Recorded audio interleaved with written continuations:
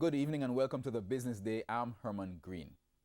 The government is making plans to transform St. Thomas into the next tourist mecca in the island. The intent was hinted at by Tourism Minister Ed Bartlett as he addressed stakeholders at the Norman Manley International Airport recently. Dashan Hendricks reports. Suffering from neglect, St. Thomas is about to be reinvigorated in a real way if government plans for the forgotten parish turn out to be more than just pretty ideas. Tourism Minister Ed Bartlett indicating that soon Prime Minister Andrew Holness will be announcing St. Thomas as the next frontier for tourists destined for Jamaica. That new destination in the southeastern corridor is going to be facilitated by this new highway that will connect Kingston into Port Antonio.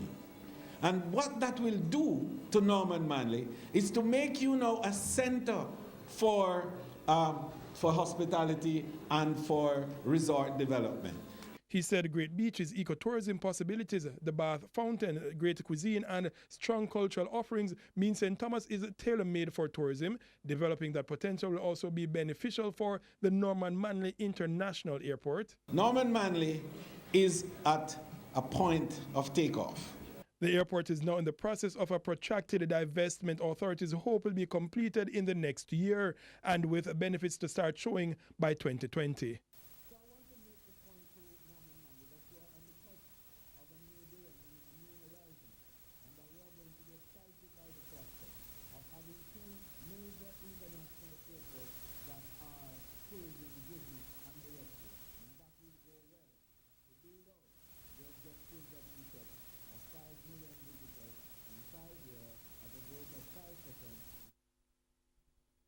The Bank of Jamaica says greater use of electronic means of payment has slowed currency demand for shopping this Christmas season. The bank says it is expecting to issue an additional $15 billion this month. Compared to last month, the new issue represents a 16% growth in notes and coins in the market. That growth is, however, below the 5-year average growth for currency issued at this time of year. The slower growth is due to more use of online payment as well as debit and credit card transactions. Currency trading ended today with the US dollar selling for $125.47. The Canadian dollar is selling for $97.52. The pound sterling costs $166.82, while the euro is going for $148.45.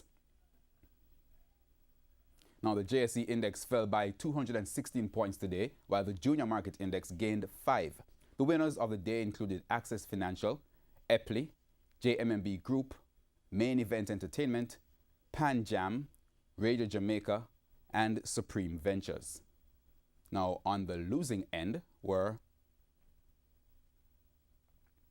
Carib Cement, Caribbean Producers Jamaica, Grace Kennedy, Jamaica Producers, Kingston Wharves, Lasco Manufacturing, and Sagicor Group. And that's the Business Day. I'm Herman Green. Good evening.